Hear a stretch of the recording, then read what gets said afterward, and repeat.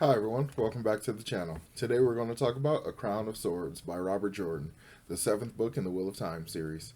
So, as always, we're going to talk non-spoilery thoughts and opinions up front, and then move over to the spoiler section where we can talk in more detail.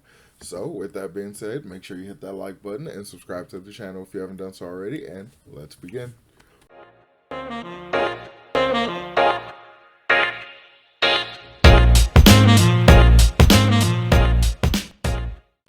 So, in The Crown of Swords, we kind of slow down a little bit more than we have before. Some of the other books in the Wheel of Time so far have been slower and more character focused instead of overall plot focused, but this one kind of slows down even more, it feels like. And it is, of course, again, a lot of character focused stuff, but some of the character stuff in here, like, made me severely dislike the parts that I was reading. So much so that this has to be my least favorite Wheel of Time book so far. And I kind of see this book as a little bit more evidence that this series was kind of focused on being epic and like a lot of books, more so than just being like a contained kind of understandable, normal length kind of story. Because a lot of this feels not like filler, but it just feels like extra stuff that could have been handled differently. And I honestly feel like if Jordan took out a lot of his description of just clothes and fabrics and things like that, you could probably shave off a quarter of this book. There is so much description of innocuous things, and a lot of it seems very repetitive. Like, he will describe almost every woman's dress down to the lacing, but barely describe anything that the dudes are wearing. But then, like, describe other stuff, like, to weirdly specific detail. Like, and to me, at least, it doesn't add pretty much anything. It's just so much description. I mean, it gives you a decent visual and it helps you create the space and stuff more in your head, but it is so much, and it feels like it's padding. It feels like it's padding. So not quite filler, but padding, if that makes any sense. But one thing I really can say for the story is that the characters continue to be very distinct and very much well realized in their characterizations. For some of them, that's a lot of like that's a huge praise, and for others, that just solidifies my negative opinion about them. So it's a really good thing from a writing standpoint, but as far as enjoyment of some of these characters, it is really killing my buzz. But the pacing of the story overall was quite well done. It was very solid. It clearly wasn't leading up to a huge epic finale the way the last book was. So it just kind of had this almost even kilter kind of like not boring, but just very straightforward, kind of even. It feels very much like this story could have been a part of another story. It feels like the calm before like something happens. Like this, I think I can get more specific when I talk in spoilers about it. So let's just go ahead and jump over to spoilers. So spoilers for A Crown of Swords by Robert Jordan. So let's go character by character. So I think that way we can basically illustrate what I mean by this story not really accomplishing a lot. So let's start off with Rand. So with Rand, we are basically continuing the same thing he's been doing. He is preparing to fight Samael. So we are still preparing, or we were preparing to attack Ilion to attack Samael. Basically, that's Rand's whole thing in this story. So it's setting all this up, and then the way the battle kind of ends up happening is weird to me. I don't really understand why we basically cut away from it, and we don't really get a lot of details about the battle when it actually starts to go down. But similar thing happens towards the very end, like the big culmination kind of situation when Rand goes up against Samael. Like the fight seemed so, like in comparison to other fights with Forsakens and like just in general, like that we've seen so far in this series, this fight was very low. It was not even medium. It was just very low. And like I feel like Samael is not dead because Rand didn't really even see the Bellfire hit him. So it's not really certain if he is dead. Like we didn't get a body or anything. So it just left me feeling very unsatisfied. But what he actually does accomplish in that is taking the crown of Ilion, but renaming it as the crown of swords, and like that's where the name comes from, and it kind of fits another one of these prophecies. But one of the things that Rand does, like as a character, that really kind of bugged me because it resulted in less Perrin, is like during a rage fit early on in the story, he's yelling at Perrin because they disagree as to how Rand is like dealing with the Aes Sedai that are now loyal to him that he captured after demise well. And basically parent is like, you got to do something about it, like we got to, like, you can't just leave them to stew and all this kind of stuff, and the wise woman will probably like try to kill them and stuff, so like you got to do something about it. But Rand like so desperately wants to avoid it that he throws, using the one power, he throws Perrin at a wall and like injure him and stuff and basically banishes him. And then like Perrin leaves, and like that was basically the end of Perrin. Like so we basically got less Perrin. Like there wasn't enough. Well, there was a decent amount. There wasn't enough Perrin, but there was some Perrin in the last book, and now we just get him to show up, get abused, and then go off. Like this is like stop treating my boy so bad, please. And like with Rand, a lot of the stuff that he's been doing, I honestly think I would have way more complaints about it. But in my head, his insanity is kind of like working as an excuse for me. So I know his insanity is more than just hearing Luz Theron in his head and like, hearing, picking up some of those memories and stuff that Luz Theron had. So like it's got to do with his temper and all of that kind of stuff. So to me, it's basically a built-in excuse. I feel like Rand wouldn't be as much of a d-bag as he's been recently if it wasn't for the influence of the taint and all that kind of stuff. So he kind of has an excuse, but I am still really mad at him for getting mad at Perrin like that and using the one power on him. Like, this is one of your oldest friends in the world, and he used it. But even Rand shows some contrition and stuff. He feels very bad about it later. He has like nightmares and stuff about it. So he does like his true self, who he really is. He wouldn't have done that. So for me, it's easier to forgive and just like not be as mad at him. And this book has a lot of weird issues with consent. This book is weird. This book is so weird. My biggest issue, it comes later, and I'll talk about that in more detail, and it'll probably be all ranty. But like, so Rand and men have sex, and the situation in which it happens, Rand thinks that like it's so weird because it's like he's paying no attention to men at all. He couldn't have paid any attention to her whatsoever. So like they're in a situation where they're like grieving and stuff and all that, and they want to find comfort in each other's arms, and like they're both very aggressive because they both really want each other and stuff. But Rand doesn't seem to notice that she's aggressive towards him and want him and all this stuff. So he later feels like he basically forced himself on her, and he feels really bad about it. And he like goes to apologize and stuff. And she's like, were you even paying attention? Like, because it's so funny. It's like Rand's whole issue with women, like down to like having female fighters fight for him and stuff, not feeling comfortable with that, not wanting to deal with the Aes Sedai because he, has issues with even thinking about having to hurt women and stuff like that. So this whole thing, it culminates into like him not even recognizing when the woman actually wants him. I mean, he recognized it with Aviendha, but like he was so into his own head and so into the way he was feeling in that moment, I guess, that he completely didn't pay any attention to that. But like, I'd much prefer a situation where he's being overly cautious about consent and overly apologetic about like not being explicit and all that kind of stuff, much more compared to what Matt deals with later. So I guess because there's no parent to really talk about, so let's go ahead and talk about Matt. And Matt was a huge part of the story. Matt was probably the largest chunk of the story, the most POV and stuff like that. And Matt's story, like, is probably why I'm so close to completely disliking this book. I love Matt. Matt is awesome. He is a great character. He is just a really good person, and he like just tries and all this kind of stuff. Like even down to the adopting of Oliver, who I think is dead now because he like disappeared at the end. I don't know what's going on with that, but this whole thing, like, so I was always curious as to why in the description, like, of the way Matt is, the way they will always make it explicit to say that like Matt always wants to like give a girl a kiss and stuff like that, but only if she's willing. Like to me it felt really weird to put this overemphasis on consent. So when I get to this book, I'm like, oh, it makes sense because I don't. So let me start early on, right? Nynaeve and Elaine's interactions with Matt pissed me off more than I can explain in logical words. It makes no sense to me. So I want to start off with the speculation about Nynaeve.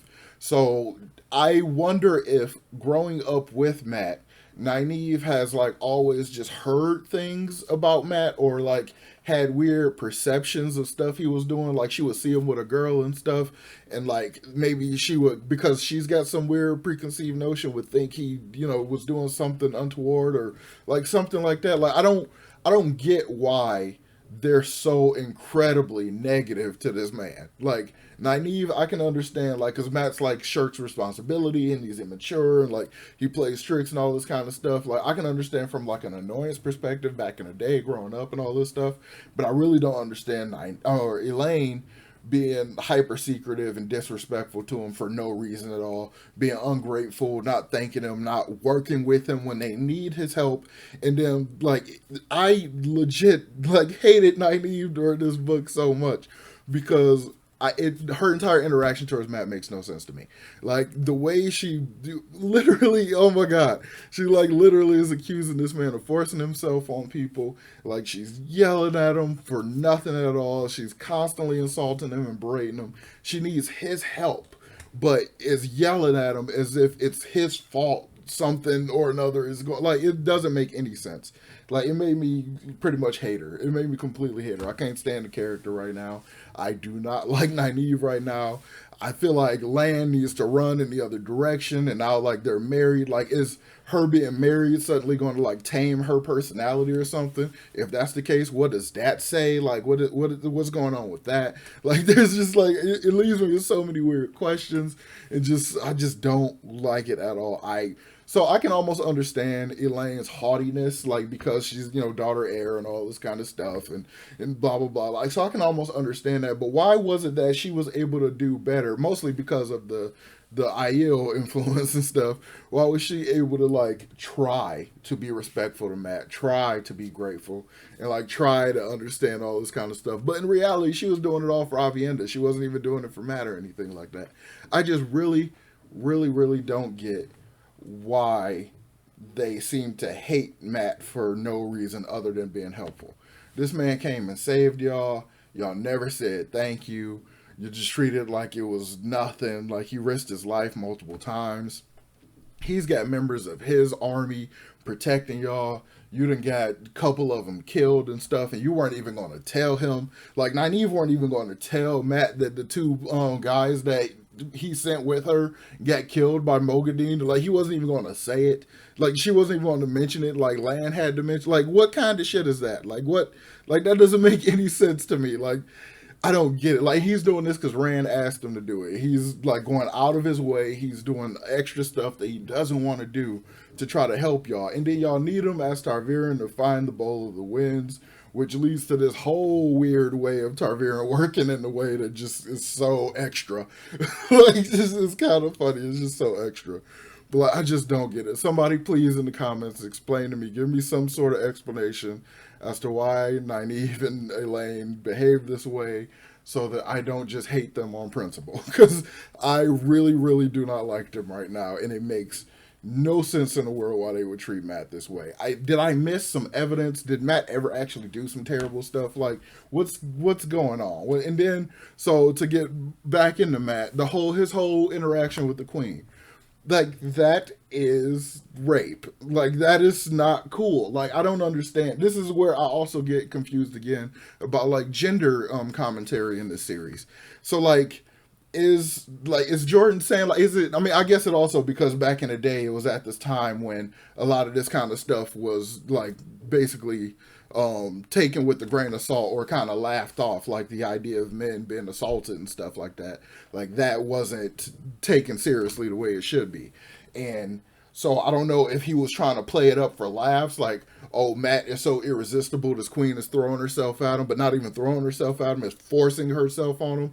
And it's like, it's weird because it's clear that he understood while writing it that this is terrible and this is wrong, but there's no reconciliation that confirms that that is what you're saying. Like, so the situation happens. Matt is telling this woman he doesn't want to be with her, he doesn't want to sleep with her, he doesn't want to mess with her, nothing like that. Apart from just her being a queen, he just doesn't want to get into it and doesn't want to deal with it. So he's saying no, he has said no, he is avoiding her and all this stuff. So now she is making sure he can't eat. He has to avoid being in the palace. He has to avoid most of her staff. And then he's already said no. Like, so this is messed up. Like, if this happened to a young woman and the king was doing this would be so fucked up. Like, it drives me absolutely insane. And then to the point where she forces him in bed at knife point. Like there is no other word for what this is, and it's so freaking horrible. And then it's further emphasized by after the fact when Matt feels like uncomfortable, like he keeps the blanket and stuff around him even after he's alone because he still feels violated. Like it's not cool. Like it's not. And then I can completely accept if you're going to do that kind of storyline and explain that it's not cool and like show that it's terrible and blah blah blah. But then when he goes to tell Elaine and like has to actually explain it, and then she laughs. She laughs. Like, are you fucking kidding me? Like she laughs, dude. Like, are you serious? Like, and then when he's trying to basically explain it after it comes out that they had basically been sleeping together or whatever, like then Nynaeve immediately jumps to him having pushed himself on her. Like it just drives me nuts. So I'm like, is there any kind of evidence? Is there anything that she ever had that would give her that kind of impression? Like, what about this man makes you think he gonna do something that terrible after all this amazingly good stuff he's done all this time? Like, what bad thing has he done at all to give that kind of impression? And it just seems to come out of nowhere, and it's so weird. And it's so weird to give a character those kind of like attitudes and stuff like that. Why would you make a character so unlikable? Like everything that she's done, every accomplishment she has is completely tainted in my head because like you're such a crappy person to this good person for no reason. I need somebody to give me a reason. I really do. I like really really do. So apart from that, so I think I'm done with that. So apart from that, Matt uses his Targaryen stuff. So I kind of like though the way the Targaryen thing worked. Like even though they're very ungrateful as for his help and stuff like that. So like him just being in that one location put them in the situation where they ended up meeting the kinswoman and basically finding twice the number of Aes Sedai likelies or hopefuls or whatever than the White Tower had, including this woman who's like 412 years old or something like that, which is insane. I didn't know they lived that long. But so it almost it's one of those things that kind of bugs me about the way the series works in that we have slowed like we mentioned the Bowl of the Winds 2 books ago. We found it when we were in Tellar Unreal and all this stuff and looked for it, searching with Neat and stuff, and found it 2 books ago. And I thought last book we were going to get it. And then like this book, we get it and don't do anything with it yet. And like, we don't really even know how it works. Like, it's just, fixing the weather when so many of the main characters are completely unaffected by the weather feels like an unneeded side quest right now. And it makes it feel, I guess I do have to use the word filler. It almost feels like filler. It feels like that impression that I mentioned previously in different reviews, that it feels like Jordan was more focused on this being epic and a long fantasy series more so than allowing the plot itself to drive it to the natural length that it should be. Because, I mean, I guess some of this may come in like handy or some sort of severe relevancy later, like, but I really don't see it. Like even Rand's interaction with this the sea folk, I can't pronounce it, but the like all of that kind of stuff, establishing himself officially in their canon as their prophecy figure, like that. Okay, that sets up people. It kind of sets up the Shai Chan showing up, which they do at the end. So like, regardless of him having them out there as scouts, they would have showed up anyway. So I don't really get that. Um, yeah. I feel like I've ranted so much, like I've run out of steam now. So I guess apart from, I think that's basically I covered Matt stuff mostly. Um, but yeah, like I said previously, I mentioned I think like at the end when everything's starting to go down and when they show up and stuff and they're starting to attack, he can't find Oliver and he's like searching for Oliver all over the place. I'm like, is Oliver dead now? Like, did I kind of wish ill on him by saying I didn't want the child character to stay around? Like, did I kill him? Like, I don't know. I was feeling that way a little bit. And like, so maybe he's gonna show up. Maybe he's kidnapped. Like, I was kind of mad though we didn't get any more Perrin. Like Perrin, and Loyal like took off and stuff. Like, I wonder what they're gonna do. Maybe there'll be a lot of Perrin in the next book and probably just as slow and all that kind of stuff. Who knows? But So Elaine and Nynaeve, I guess to talk about them more specifically, everything they did made no sense to me. Like I understood what they were trying to do, trying to find the Bowl of the Winds, and then trying to deal with the kinswomen and all this kind of stuff, and like I understand everything they did, but I really don't understand. Like I guess is inherent in the Aes Sedai, or it's just inherent in the way women are in this world. I don't really understand the keeping, like, you can keep secrets. Like, there is a, I understand the concept of like need to know, only tell people like what they need to know to help do that kind of stuff. But it's like they are holding back like more than is necessary. They're holding back like as much as possible and then some. It's like they're making it hard to do anything because they don't want to give any information for no reason though. It's not like Matt or somebody that's Targaryen or somebody within their actual circle of people knowing something about what they're doing is going to somehow destroy it. Unless like that'll be justified later and exactly something like that'll happen. Like I don't get the nature of these secrets. Is it just supposed to further emphasize like the Aes Sedai are just crappy? Like is it supposed to be something like that? I just don't know. It's just I really didn't care for this. I don't want to say I didn't care for it because some of the stuff that happened in it I do find interesting, and then I do like even though it was only a little bit, I do like the progress we made towards the final of everything. Like if Samael is dead, then that's another Forsaken we got off the board. So I like the idea that, like when Moghedien tried to kill Nynaeve, like she basically shot her back downstream because of the time dilation thing that happens, which kind of makes me wonder if Rand would have killed that Aes Sedai that bonded him against his will. If he would have immediately bail fired her, it would have killed her a second before she bonded him, and he would have been unbonded and wouldn't have to worry about the ill effects of having, his bondmate person being killed or anything like that. I would really dig it if that would have happened, because that pissed me off already. Like, you bond somebody, an intimate bond like that, an empathetic bond like that, without their permission, I would have turned her into a grease spot immediately, regardless of the complications or the consequences. That's what would have been my reaction to it. But all right, I am in full, complete ramble mode now. I don't think I have much more coherent to say about The Crown of Swords, but it feels like this, if you cut out a lot of the primary description stuff and compress some of the events a little bit, you could have put this as a part of the next book. This almost doesn't feel like it needed to be its own book, to be honest. And it's definitely probably down there on my favorite, my rankings of Wheel of Time books. Maybe after the 10th one, I'll do like an official ranking and say how I feel about each one so far. And then we'll, talk a little bit more about my Wheel of Time so far thoughts when I get 2/3 through it. So yeah. All right, I'm going to go ahead and wrap this up. So I've basically completely run out of steam. So let me know what you thought about Crown of Swords. What were some of the parts you thought were insane or icky or just really messed up? So let me know about it in the comments down below. Remember to hit that like button and subscribe to the channel if you haven't done so already. And I will talk to y'all next time. Peace.